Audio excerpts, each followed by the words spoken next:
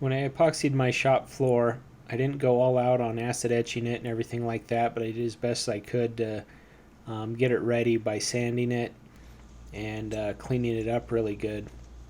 I rented a floor sander, a 16-inch floor sander from the local rental place with some 36 grit sandpaper that they sold me there too. It was pretty cheap, and just going along and knocking off the high spots and imperfections with the floor sander and vacuuming it up as we go here, cleaning out the filter that clogs up easily with this very fine uh, concrete dust. I want to wear um, a respirator or some protection that way for that. The next bit of preparation is filling in the low spots, the cracks and the divots in the concrete.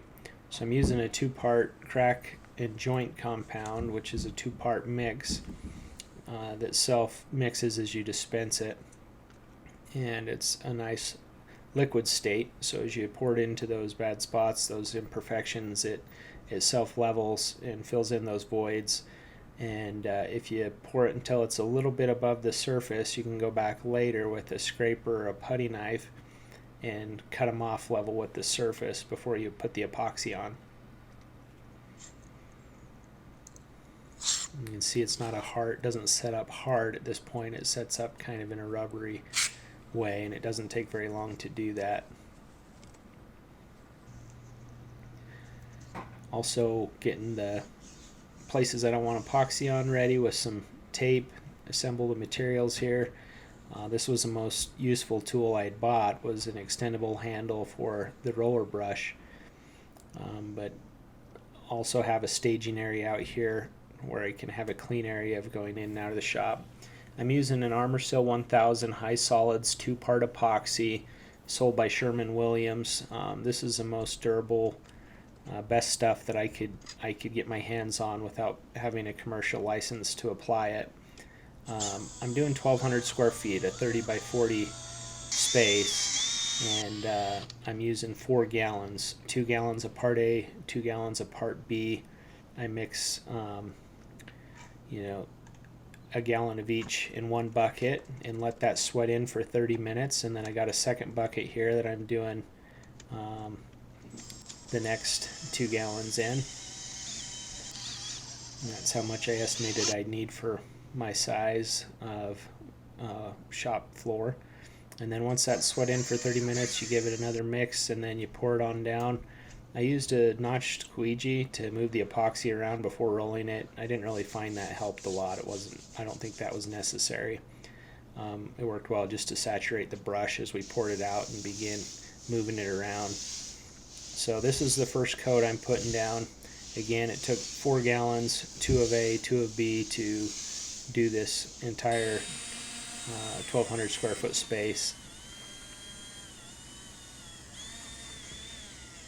Onto fresh concrete, and then when I came back later for the second coat, I only had to use a gallon of A and a gallon of B to cover the same area. Stuff's got some fumes to it, started killing flies that we didn't know we had up in the ceiling and whatnot. It set up, and as we were working with it, and after 24 hours at our temperature, everything we've been doing with this has been in the mid 70s. It was actually a lot colder than that outside, but we were in a heated shop, and we had it set at 75 or so when we did this. And then I used the same bucket for this second coat. Doing it again, I think I'd use a clean bucket between coats, just so you're not getting little chips or things from the previous coat in there. After another 24 hours, I'm putting on a top coat that's just clear. It's another epoxy. This part's got a part A and a part B, but it isn't a 1-to-1 mix with the hardener or whatever it is. I was given directions with that, but this is more what I would term as kind of a conventional looking epoxy. It's just clear, and in hindsight, I don't know if I would have done this again, because it shows all the little hairs and lint from your socks and everything now gets kind of sealed into the floor forever. I'm showing you there that the floor epoxy doesn't fix your imperfections in your floor, it just seals them. So the topography of your floor and all that's still going to come through with the epoxy, but it'll just be protected. You'll be able to clean things up nicely. And but anyway, this stuff's super hard. I had my skid steer forks and tires turning on it. I used jack stands and floor jacks rolling around and abrasive things, and it cut on it and weld on it. And the welds will, leave some little burn spots, but tire marks and everything else clean up really well. A little bit of dirt and the imperfections there, but all in all, I love how it turned out, and it's accomplishing everything I wanted it to do, and it's way more resilient than a paint or anything else. So hope you found that useful. I appreciate you watching. I hope you like and subscribe.